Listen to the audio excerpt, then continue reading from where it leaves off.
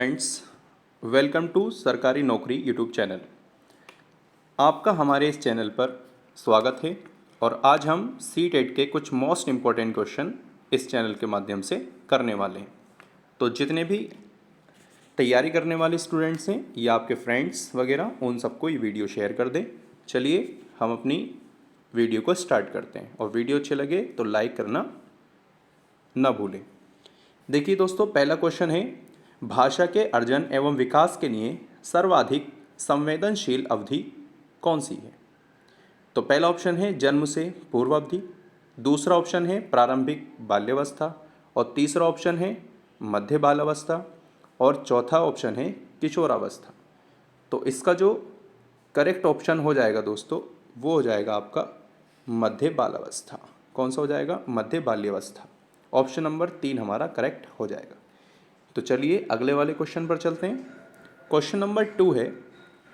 Question number 2 कहता है कि निम्नलिखित में से कौन सी लॉरेंस कोलबर्ग के द्वारा प्रस्तावित नैतिक विकास की एक अवस्था है? निम्नलिखित में से कौन सी लॉरेंस कोलबर्ग के द्वारा प्रस्तावित नैतिक विकास की एक अवस्था है? पहला ऑप्शन है प्रसुप्ति अवस्था, नंबर 2 सामाजिक अनुबंध अभिविन्यास, नंबर 3 मूर्त संक्रियात्मक अवस्था या नंबर 4 उद्योग बनाम अधीनता अवस्था। तो इसका जो करेक्ट ऑप्शन है वो ऑप्शन है हमारा ऑप्शन नंबर 2 हमारा इसमें करेक्ट हो जाएगा। Option number 2। ऑप्शन नंबर 2 क्या है? सामाजिक अनुबंध अभिविन्यास। क्या है दोस्तों? सामाजिक अनुबंध अभिविन्यास हमारा ऑप्शन नंबर 2 करेक्ट हो जाएगा। चलिए इसी के साथ में क्वेश्चन नंबर 3 की ओर चलते हैं। क्वेश्चन नंबर 3 है, कक्षा में परिचर्चा के दौरान एक शिक्षक प्रायः लड़कियों की तुलना में लड़कों पर अधिक ध्यान देता है। ये किसका उदाहरण है? जेंडर पक्षपात है, जेंडर पहचान है, जेंडर संबद्धता है या जेंडर समरूपता है? तो कक्षा में टीचर जो है वो लड़कों पर ज़्यादा ध्यान देता है और लड़कियों पर कम ध्यान देता है। तो ये किसका उदाहरण है? तो ये जो उदाहरण है वो है जेंडर पक्षपात का, यानी कि ऑप्शन नंबर ए हमारा करेक्ट हो जाएगा। क्या है दोस्तों? जेंडर पक्षपात। वो टीचर उनके साथ जेंडर पक्षपात करता है। चलिए इसी के साथ में क्वेश्चन नंबर 4 पर चलते हैं। क्वेश्चन नंबर 4 है, बच्चों में जेंडर रूढ़िवादिता एवं जेंडर भूमिका अनुरूपता को कम करने के लिए निम्नलिखित में से कौन सी पद्धति प्रभावशाली है?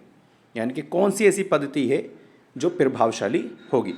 पहला ऑप्शन है जेंडर के बारे में परिचर्चा, जेंडर विशिष्ट भूमिकाओं को महत्व देना, जेंडर पृथक खेल समूह बनाना, जेंडर पृथक बैठने की व्यवस्था करना।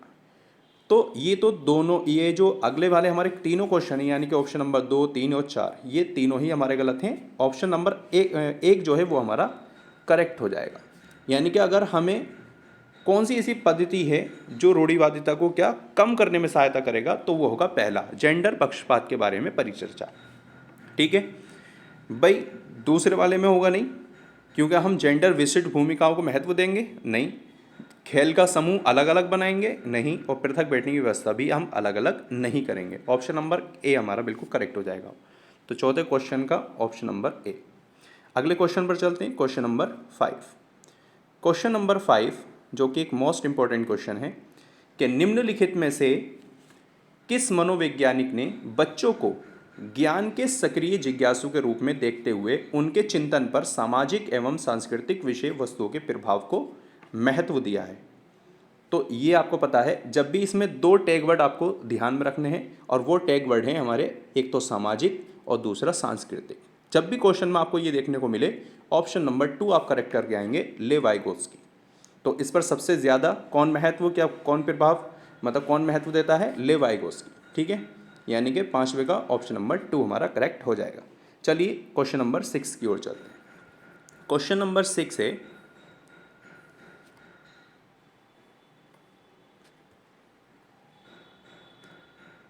जिग्सो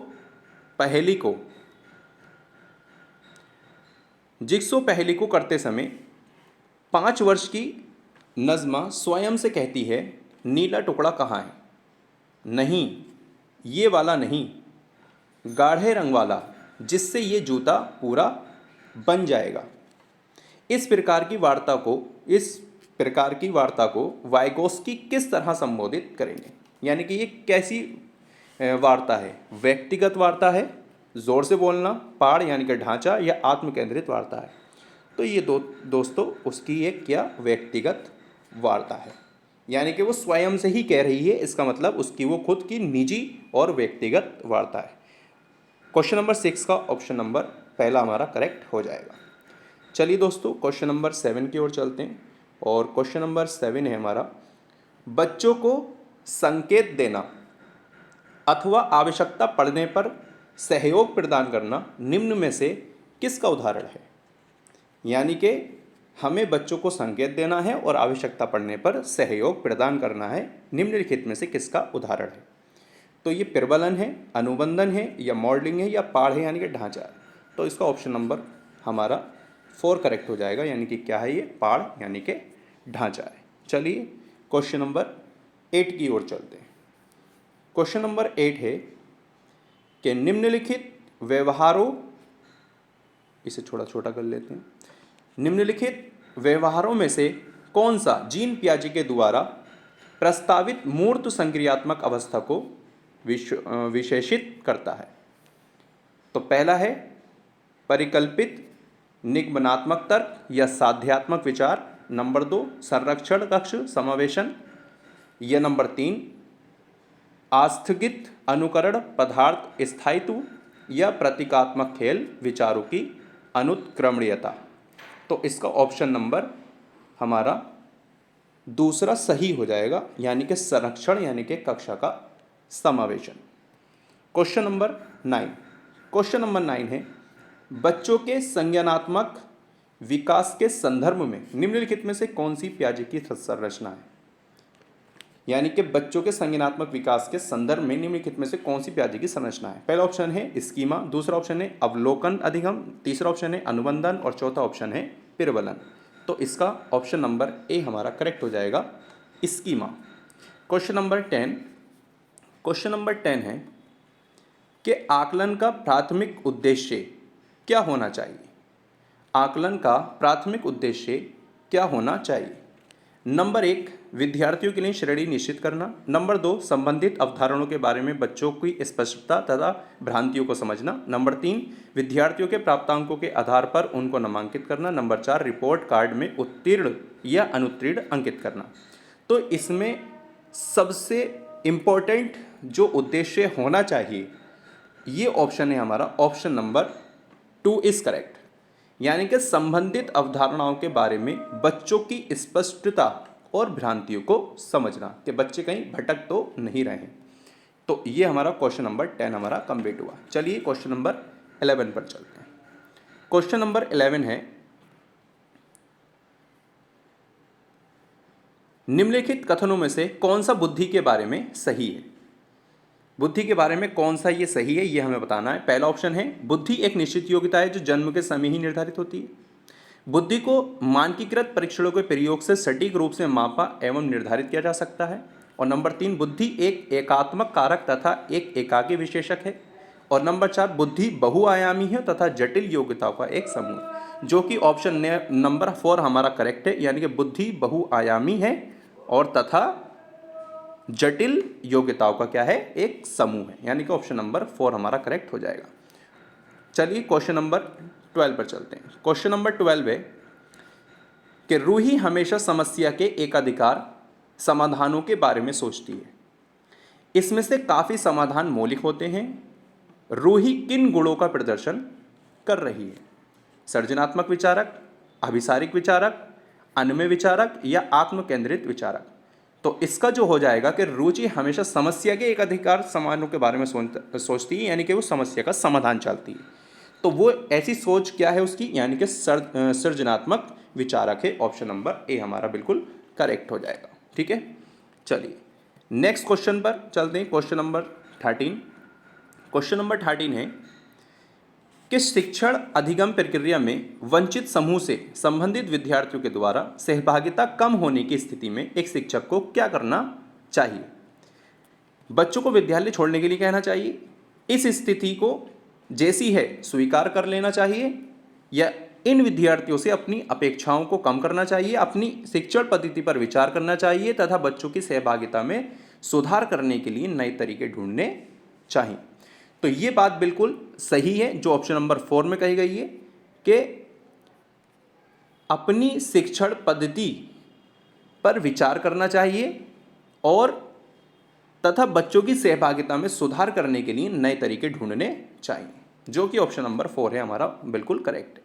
चलिए इसी के साथ में क्वेश्चन नंबर 14 पर चलते हैं। क्वेश्चन नंबर 14 क्या है?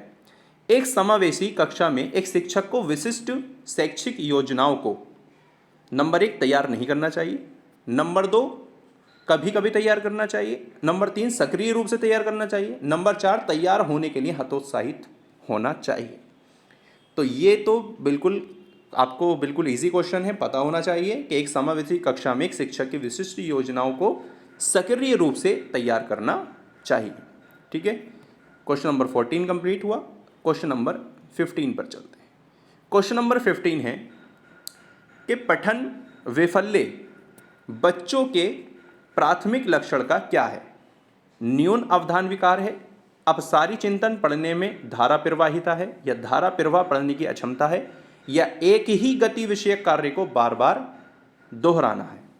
तो पठन वैफल्य है यानी कि पढ़ने में, तो इसका ऑप्शन हो जाएगा ऑप्शन नंबर 3 हमारा करेक्ट हो जाएगा, धारा प्रवाह पढ़ने की अक्षमता ये कहलाएगी। तो दोस्तों आज के हमने इस क्लास में 15 क्वेश्चन किए जो कि आपके आने वाले एग्ज़ाम में मोस्ट इम्पोर्टेंट साबित हो सकते हैं।